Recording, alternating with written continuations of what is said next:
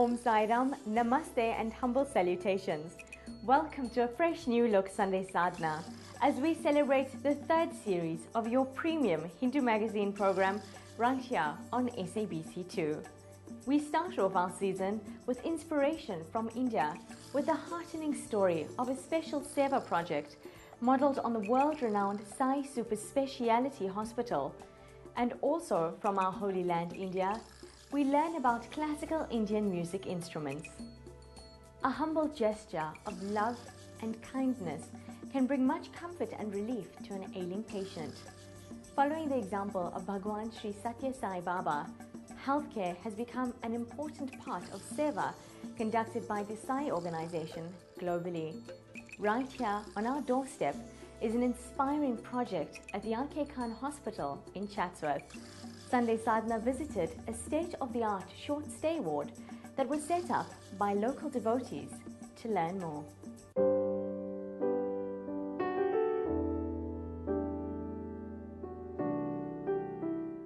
Our casualty is a very busy department, seeing over 300 patients on a 24-hour basis. All emergencies, medical, surgical, gynae, etc. And the conditions are very cramped. The Sathya Sai over the past several years has provided on a Sunday volunteers to assist us. And then the organization said that they were interested in assisting us with renovating an area in casualty to use as a ward to assist the patients. Some of them are very ill, to receive care and dignity in their treatment. We hope to use the facility to treat our patients who come to our casualty who need intravenous medication or injection or observation over a few hours. We also have a problem in that our wards, we don't have enough beds to cope with the number of patients that we have, and we will use some of the beds that are available in this department to tide patients over until beds become available in our inpatient areas. The Sai organization has very close ties with many hospitals, especially R.K.Khan Hospital. We have a hospital program where a group of devotees come on a weekly basis and visit the wards where they attend to the basic needs of patients, especially providing them with compassion, love and kindness. Part of our service activities, Medicare is very important, and we've just expanded on the way we have done our Seva in the medical field. Previously we'd have monthly medical clinics and optometry clinics. Now we decided to establish partnership with the state and even other religious organizations and NGOs. So this is part of our partnership with the state health facility, in this case namely R.K.Khan Hospital. It's a short stay ward where patients are kept for 24 hours, and those who do not recover will be admitted, and those who recover will be sent home. So it's like a holding facility for 24 hours. It helps with the backlog at this hospital.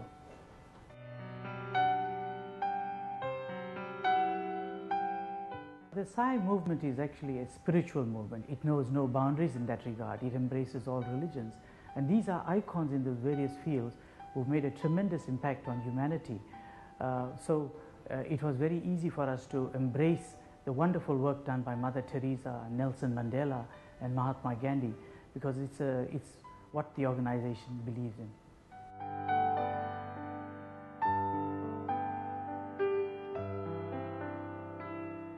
I must admit, not knowing much about the Sathya Sai, it was a little bit overwhelming. But what I do understand about Sathya Sai movement is that it's a movement that concentrates on spirituality and humaneness and giving and charity and helping others. So I suppose that's important in everyone's lives, no matter what religion you are.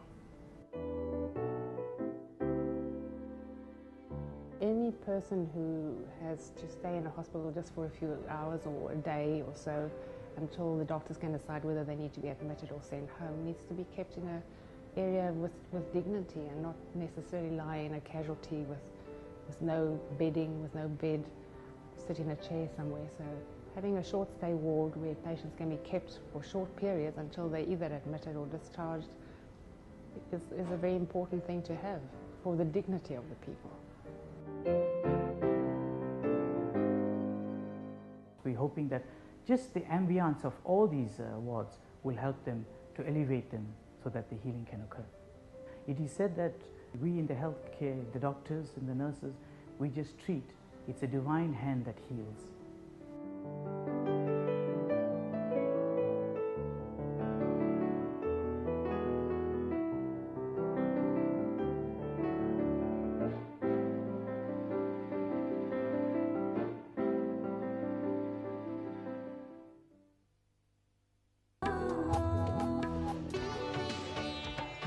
Welcome back. Glorifying God through song brings a sense of peace and enlightenment to our souls. When the beautiful melody is accompanied by classical musical instruments, the feeling is amplified.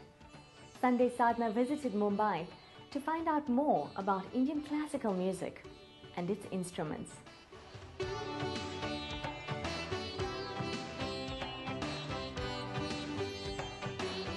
In Hinduism, anything starts with propitiating God.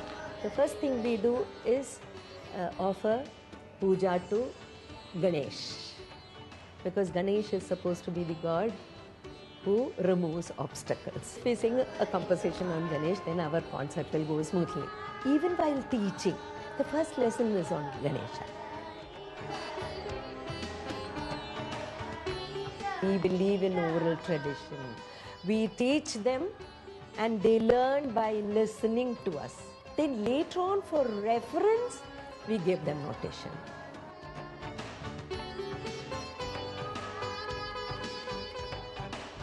If you sing from notation, you miss the graces that you get from the Guru. You have to listen to the Guru, how the Guru sings, and then try to reproduce that.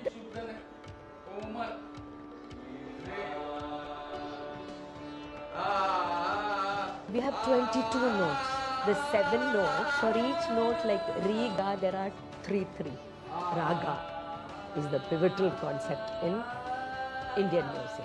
Sa, Re, Ga, Ma, Pa, Da, Ni, Sa, Sa, Ni, Da, Pa, Ma, Ga, Re, Sa.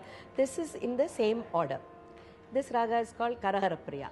Now there is a janya of Karahara Priya which is called Ananda Bhairavi.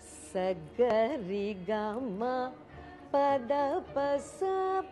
That means in the ascending order that Ni note is not there. Whereas in the descending order, Sa, Ni, Da, Pa, Ma, Ga, Re, Sa, all the notes are there.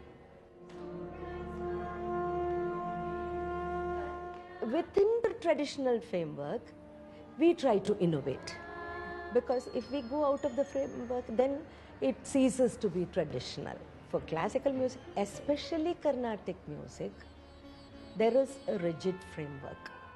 The 7 basic vocal notes, Sa, Re, Ga, Ma, Pa, Da, Ni, Sa, is also played on musical instruments like the harmonium.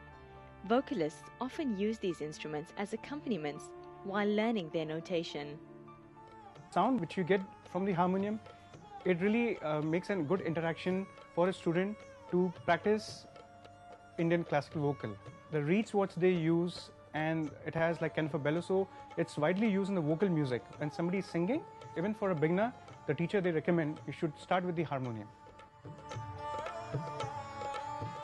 Originally, the harmonium has been taken from Italy, what we call the church organ, and then it was simplified, and way back in the 16th century, the first harmonium was manufactured in Calcutta.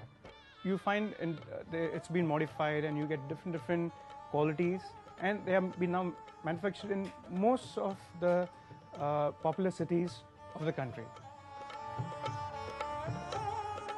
We have a lot of good skillful makers in Calcutta who are very quality conscious, and yes, the parts we get from different places, like the reeds. For example, in harmonium, good quality reeds, they are made in Palitana. It's a small town in Gujarat. you'll find the wood coming from a different city, and then they are all together and the whole instrument is being made.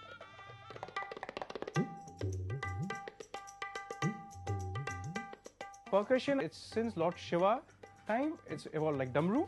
That was a percussion instrument. Formerly in temple music, we used to have a mridang, which used to be used. So over the period of time, they have this evolved.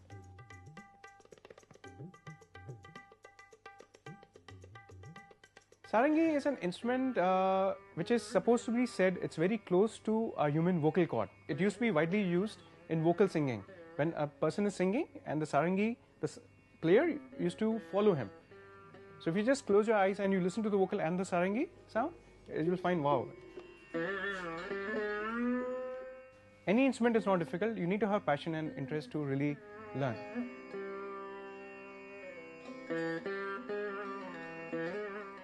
Sadhna, be it through selfless service or namasmarana, adds light to our lives and beauty to our spirits.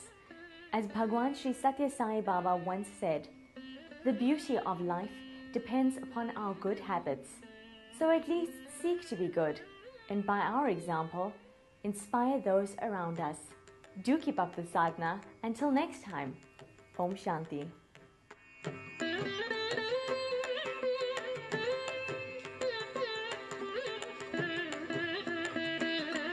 Thank you.